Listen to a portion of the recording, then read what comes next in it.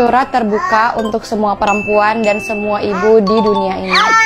Kalian harus berbahagia dari hati dan membahagiakan diri sendiri. Karena yang paling mengerti diri kita adalah diri kita sendiri.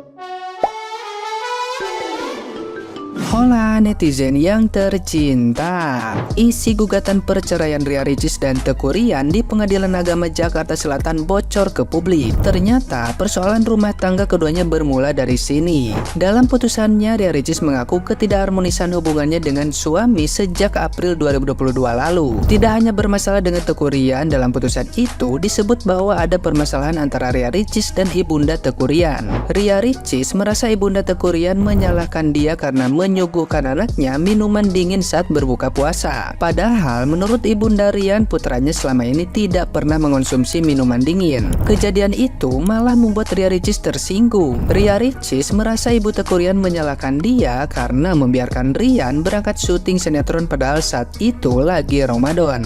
Yang disayangkan Ria Ricis bukannya membela sebagai istrinya, Ryan malah membela ibundanya dan menyalahkan Ria Ricis. Selain itu, dalam putusannya Ria Ricis juga menyatakan bahwa Ryan tidak pernah membelanya bila terjadi cekcok saat membahas hubungan dia dengan orang tua Ryan. Ria Ricis semakin sakit hati saat Teuku Ryan mengeluarkan kalimat yang mengiris hatinya saat membela ibunya tersebut.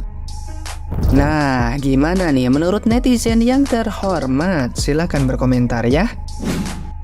Setelah melihat penyebab perceraian artis RR, sekarang tuh aku makin yakin suksesnya rumah tangga itu ya tergantung dari sisi suaminya. Alasannya sendiri itu ada 87 halaman, tapi kalau kalian males baca, aku ringkasin sedikit ya. Yang pertama, keluarga si suami alias mertuanya sering banget ikut campur permasalahan rumah tangga mereka. Dan sayangnya setiap ada masalah di antara mereka itu, si suami lebih cenderung membela ibunya ketimbang istrinya sendiri. Yang kedua, tidak jujur tentang permasalahan keuangan rumah tangga. Sebenarnya suami itu boleh-boleh aja ngasih uang ke ibunya, ke adiknya, ke saudaranya tanpa izin dari si istrinya. Tapi yang kita mau sebagai seorang istri itu adalah keterbukaan atau minimal ngasih tahu lah sebelum ngasih uang itu. Dan yang ketiga, tidak berhubungan selama kurang lebih 8 bulan. Istri mana sih yang gak curiga kalau suaminya udah gak pernah lagi ngajak hubungan antara suami dan istri? Jangankan 8 bulan, laki-laki pada umumnya aja 1 minggu itu udah pusing kan? Cuma kita nggak tahu ya permasalahannya karena apa sampai si suami ini tuh udah nggak mau ngajakin lagi hubungan ke istrinya. Aku sendiri pun kalau di posisi istrinya udah nggak didukung mertua, udah nggak didukung suami dan nggak ada keterbukaan, ya udah mau apa lagi dilanjutkan. Dan sekarang aku cuma bisa berdoa untuk para istri di luar sana yang merasakan hal yang sama, semoga kalian mendapatkan kebahagiaan yang seharusnya. Selama pernikahan pernah diem-dieman selama seminggu gara-gara perkara uang gitu kan. Akhirnya istrinya transfer uang sebanyak 500 juta. Dari web MA ini ada versi penggugat gitu kan, dimana ini adalah mantan istri dan juga tergugat yaitu mantan suami. Kalau misalnya permasalahan yang kita lihat dari permasalahan istrinya gitu ya, di sini disebutin kalau misalnya hubungan dengan ibu mertua itu kurang baik karena mereka itu sering cekcok. Terus habis itu suaminya itu kayak tidak netral, jadi kayak lebih memihak kepada ibunya begitu. Dan juga istrinya ini posisinya lagi hamil ya, Wak. Mungkin emang beneran sesensitif itu. Terus habis itu permasalahan yang kedua gitu kan, permasalahan ekonomi, dimana katanya mereka sempat nggak ada uang tuh suaminya gitu kan. Akhirnya ditransfer lah sama istri sebanyak 500 juta dan dari situ sifat suaminya udah lumayan membaik. Terus yang ketiga juga katanya si mantan suaminya ini suka nyerang kata-kata seperti netizen gitu kan, dibilang kalau misalnya istrinya itu durhaka, eksploitasi anak, terus habis itu kok nggak kayak kakaknya dan lain-lain. Terus habis itu yang keempat ada juga mengenai masalah nafkah batin gitu kan ya, bahkan sampai katanya nggak bisa lahiran normal karena kurang nafkah batinnya. Dan berdasarkan istrinya nih, disitu disebutin juga kalau misalnya suaminya ini bilang kalau misalnya badan istrinya itu terlalu kurus, banyakin makan lah, terus habis itu juga dadanya tepos. Dan waktu diminta nafkah batin gitu ya, si suaminya malah bilang, kamu nindas aku stres, sadar diri kamu adalah wanita yang keras.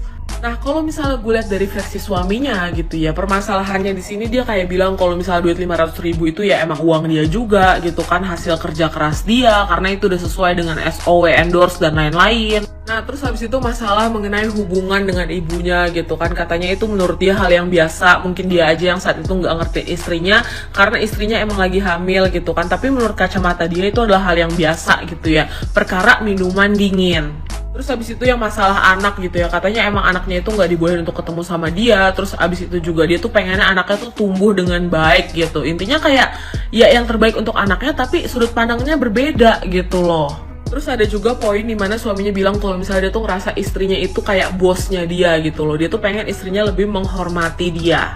Ya kalau misalnya kita lihat dari keduanya gitu ya, emang sebenarnya sama-sama punya masalah sih. Ini adalah permasalahan yang sebenarnya bisa diomongin gitu kan. Tapi ya mau bagaimana kalau misalnya emang mereka berdua kayak udah saling nggak cocok begitu. Emang inti masalahnya tuh ya udah gitu nggak cocok karena emang nggak ada KDRT, nggak ada selingkuh dan lain-lain.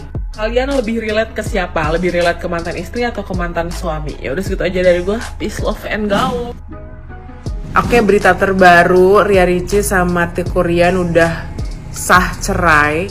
Tapi yang bikin ganjel ini adalah orang-orang jadi nggak pengen punya mertua. Salah dong, masa orang masih hidup, masih pengen hidup disumpah-sumpahin yang kagak-kagak. Gue tahu kenapa kalian ngomong kayak gitu, pasti karena kalian habis baca gugatan dari Ria Ricis kan.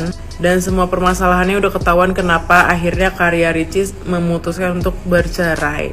Kenapa kalian gak berdoa supaya punya mertua yang baik atau ipar yang baik? Ipar perempuan ya tapi gak jamin juga sih, ipar laki-laki juga kadang-kadang lemes. Kenapa kalian gak berdoa kayak gitu? Justru malah kalian berdoa supaya, aduh pengen punya suami yang yatim piatu. Jangan dong, gak boleh neng begitu ya. Sumpah demi Allah, gak semua mertua tuh buruk. Gue sekarang statusnya juga jadi iparnya orang lain dan nyokap gue jadi mertuanya orang lain gitu. Yang jelasnya adalah gue dan nyokap gue adalah mertua dan ipar dari kakak ipar gue, istri kakak gue. Dan gue anggap gue, menurut gue sama nyokap gue adalah mertua dan ipar yang baik, tidak mau ikut campur sama urusan rumah tangga kakak gue. Dan mindset gue adalah gak semua mertua sama ipar perempuan itu buruk. Jadi setelah gue baca gugatan dari Ria Ricis, gue malah berdoa supaya gue dapet ya mertua dan ipar yang baik. Tidak seperti itu, udah itu aja. Dan tentunya suami yang waras. Zaman sekarang sakit hati dikit cerai. Kasus Mbak Ria Ricis ini bukan sakit hati sedikit mbak, tetapi sakit hati banyak. Apalagi sudah ada campur tangan mertua, suami sudah tidak sejalan, bela ibunya. Apa kok itu tidak sakit hati yang sangat luar biasa gitu. Pernah lihat SG Mbak Ria Ricis yang tangannya gemeteran? Dan setelah gue baca keputusan yang MK itu, wah gue baru paham dong sesakit itu jadi Mbak Ria Ricis gitu. Sekarang jam 1. Gue setuju sama komentar pertama yang Mbak bilang bahwa jangan menikah ketika mentalnya belum siap. Oke, saya sangat setuju itu Mbak. Cuman gitu, kita perlu garis bawahi mental seperti apa nih yang harus kita punya gitu. Jangan karena mental kita baja, gue siap menerima ujian dari manapun gitu. Nah, mental baja dan tolol itu beda-beda tipis gitu. Ketika kita disakitin terus, ngerasa bahwa kita mampu untuk mengatasi, tetapi kita masih bertahan dalam hubungan seperti itu, bukan mental baja mbak, tapi itu tolol sih. Menurut gua tolol ya. Karena dalam satu hubungan itu ketika ada salah satunya yang terluka, itu sudah termasuk hubungan toksik. Apalagi kita ini perempuan yang sudah berusaha untuk memperbaiki tapi laki-lakinya cuek, apa yang mau dipertahankan dalam pernikahan seperti itu? Kayak kita sendirian aja di dunia ini, ada suami nggak ada suami tetap rasanya nggak ada gitu. Jadi ngapain punya suami kalau gitu kan? Jadi cerai saja ketika Anda dirasa ini ngebuat batin gue tersiksa. Jangan sampai kita bertahan sampai ada keinginan untuk bunuh diri gitu. Nauzubillah min dzalik. Dan satu lagi untuk kita perempuan, zaman sekarang semuanya harus serba rasional. Jangan apa-apa pakai perasaan gitu. Jangan karena cinta kita dibutakan dengan segala-galanya, bahkan kita disakiti fisik, mental gitu. Penyakit mental itu menurut gua penyakit yang paling parah.